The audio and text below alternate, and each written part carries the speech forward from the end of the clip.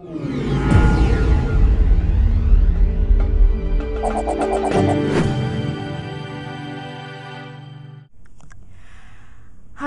here from The Next Step, and today I'm interviewing Aza Raskin, who is a UI developer, but not just any UI developer, because this guy has been on the cover of Wired magazine, used to work at Mozilla, and speaks Japanese, and as a TED talker. So amongst loads of other things, can you just tell us a little bit about your life, basically, because it's so interesting. I mean, how did you get to do all these amazing things that you've done so far? Yeah, so that makes me feel incredibly uncomfortable with that introduction. My mom thinks I'm pretty cool, and that's generally good enough for me. So I came with a math and physics background, did a lot of stuff in that, like that's how I learned to speak Japanese. I think having that fundamental background in the world, and that sort of set of curiosity is the most important thing. And although this sounds sort of trite, each person has a passion, and we have this moral obligation to go use that passion to make the world a better place. And so really I've just been, I think, lucky, ricocheting around, following the things that I really love, and it's led me to some pretty interesting places. Okay, and let's talk a little bit about your background, because your father is the guy that pretty much invented the Mac. Yeah, which made growing up an interesting thing. Most kids got pushed around in a stroller. I got carried around in the original Macintosh carry case, which sort of explains why I had no friends in middle school. But yeah, so there's an interesting thing where growing up is imbued with the sense that it's not the user's fault. If anyone ever had a problem using, say, setting their VCR, setting their watch, using their microwave, trying to print, it wasn't the user's fault, it was the designer's fault. And I feel lucky to have had that, because otherwise, growing up a digital native, you just learn these things, and you assume that they're true. And the ability to sit back, put duct tape over your mouth, and watch somebody use your product is the most important thing to be able to do as a designer. And on your blog it says you're trying to simplify. How integral do you think that is to a product that succeeds? Because we've seen it with the iPhone, right? I mean, the whole reason it's so successful is because there aren't so many choices on it, and it's very simple in terms of UI. Yeah, design is really applied, behavioral economics, cognitive psychology, and aesthetic. And our job as a user interaction designer is quite literally to write ourselves out of a job. The less you know we were there, the better it is. The simpler, the better, right?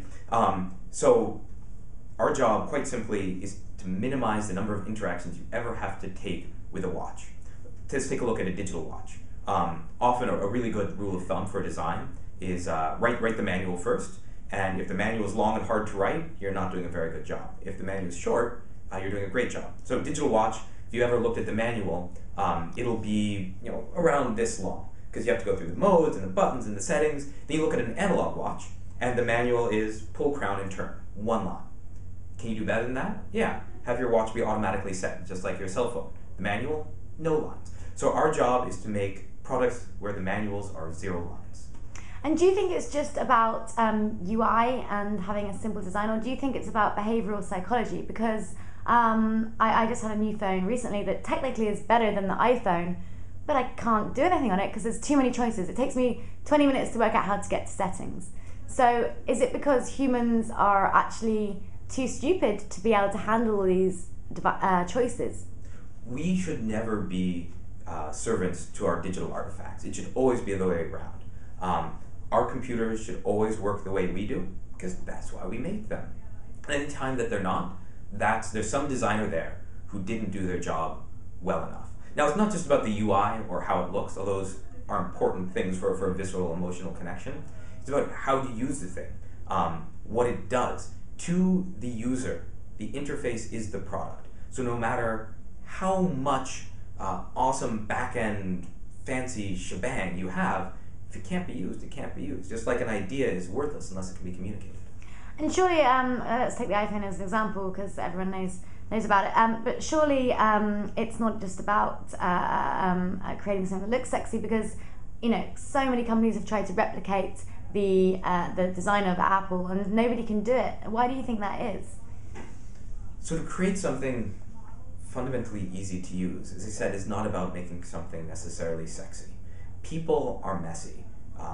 We're irrational, but as a certain book likes to point out, predictably so. So you really have to be able to understand people, the way their brains work. Let me give a couple of really simple examples here. We know there's a thing called Fitts law, which tells you just how long it is to get from one place to another when you want to click a button. We know that you can hold 7 plus or minus 2 things in your short-term memory. We know that we have a locus of attention that is singular. You cannot actually think about 2 things at once. Cognitive psychology experiment after cognitive psychology experiment has shown this. And yet our computers ask us to do impossible things. Right? There's ergonomics, which is the study of the human body. That's pretty easy. All chairs look roughly the same because it's obvious what will and will not fit our body. There's this thing called cognetics, which is the ergonomics of the mind. And our computers and our iPhones and our other devices have to conform to this invisible cognetics to be able to be used. Most people don't do that. They go for the whiz-bang, beautiful, sliding whatever, and they ignore the fact that you can't actually think about 2 things at once, which means that, of course, you're going to lose things in copy and paste because you copied something, you went and you did something else, you came back and you copied something else, and now it's gone, right? That requires you to think about 2 things at once. You can only think about 1 thing at once, and I think Apple's done a pretty good job conforming to not just the visual aesthetics, but the cognetics. So what do you think the ratio is design over development when building a new product? So Thucydides had something really interesting to say about this, like 2,500 years ago. Like what the bother does a Greek philosopher and historian have to say about software development? But he said something, I think, really, really apropos. He said, the society that separates its warriors from its scholars is a society doomed to fail. Because if you do, then your idiots do your fighting and your cowards do your thinking. So the exact same thing is true of engineers and designers. Although I'm not going to tell you which one's which. Right? You have to have warrior scholars or scholar warriors. Designer engineers, engineer designers. Having come out of Mozilla, where often much of my team are community members, unpaid staff, I can't tell them what to do. They'll just go off and do something else. So to get them to do something requires inspiring and speaking their language, being empathetic. To be empathetic, that means I have to code. I have to be able to demonstrate that I know their language. Which means that I think one of the ways to be effective as a designer is to communicate via mock-ups and prototypes and high bandwidth communication and videos, because that's what gets people excited. If you wanted to build an open source railroad, you do 2 things. 1, you build the first 100 miles, and 2, you build the resort town at the other end of the US. And that shows people how to get going, aligns them, and it shows them the thing that's really exciting at the other end. Now, you probably built the wrong resort town. It'll be some other resort town. But the important thing is that people start moving. Okay, and talking about Mozilla, what made you ditch that and come into a startup? So Mozilla, I think, was one of my favorite places to work. The culture is amazing. No matter where I went in the world, whether it was Rome, or whether it was Barcelona, or whether it was someplace in the US, I could send out a tweet and immediately there'd be like 20 people coming to a bar because people are just that excited. In fact, one of my favorite stories is having just joined Mozilla. I was going through customs and back into the country, and I was really excited about being able to work on Firefox. And so the customs agent's like, what do you do? I'm like, oh, I work on Firefox. And the guy's like, that's amazing. I have a bug. And despite the fact that there was a huge, 30-minute line behind me, he made me stand there for 15 minutes trying to figure out what his bug was. So on one hand, that sort of sucked. On the other hand, people have intense amounts of passion for Firefox. So I left just before Firefox 4 came out, after we started to enter that stage of polish, and there wasn't, the choice was start working on Firefox 5 or leave. And while I'm still fairly young and not, incontinent or something, I want to go work on making products that make people's lives fundamentally better. And just to give it people an idea, you're at 26, 25? Yeah, I just turned 27. Oh, 27, okay. Yeah, I know, old. I can't do maths. Okay, we're talking about browsers. Just a couple more questions. I know you've got to work on your startup. Z, our editor, wants to know a bit about what your thoughts are on Chrome. And do you think it's the new Firefox? Well, it's interesting. Every time you get a browser that hits 300 million, 400 million, I think we're up near 500 million users with Firefox, you start moving what feels like a little bit slower because you have a whole huge group of people that now depend on you for their daily life. People spend more time in the browser than they do with their family, which is sort of depressing. And Chrome came along and was able to do a little bit of what Firefox was, which is because they had no users, they're able to try things out that would piss our users off without it. Now, what I think Chrome has done is that it's not the new Firefox, but what it has done is that it's increased the rate of competition.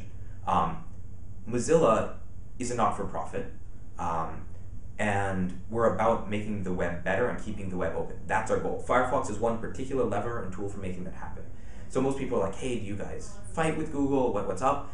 We still go over to have lunch with the Google guys all the time. The spirit of competition makes JavaScript faster, it makes the web better, adds more features, and it makes all browsers rise. And so we're ecstatic about it, right? We think this is fantastic because it makes every other player move too. Okay, and what about Internet Explorer? Do you think it's going to gradually die? No, I haven't actually played with IE9 all that much. The whole being on the Mac thing, yeah. I think they're getting to a place of good enough, right? Firefox, like 5-6 years ago, set out to make an ecosystem of competition, and we've been unfortunately successful at it. The fact that IE is moving as fast as it is and is slowly becoming a modern browser, I think this is a good thing, right? Everyone benefits. Okay, and I want to talk a little about you and your vision, because you have great ambition, but how much ambition do you have? Are you going to be the next Steve Jobs? That's a particularly interesting question, given my background. Hey? I don't know if the ambition is to go become a giant figurehead of some big company. My goal really is much simpler, much humbler. I just love making products that are disruptively easier to use and make people's lives better. And whatever happens to make that happen, that's what motivates me. Okay, and do you do anything outside of getting sucked into the rabbit hole to chill out? Or because I think we're taking in more information in a day these days than people took in a lifetime a couple of 100 years ago. And I don't really know I don't think we know the effect this is having on us. I certainly know after a few weeks I have to switch off. Why do you think humans have to switch off, and do you switch off? So the thing that I started doing recently is that I got my paraglider license.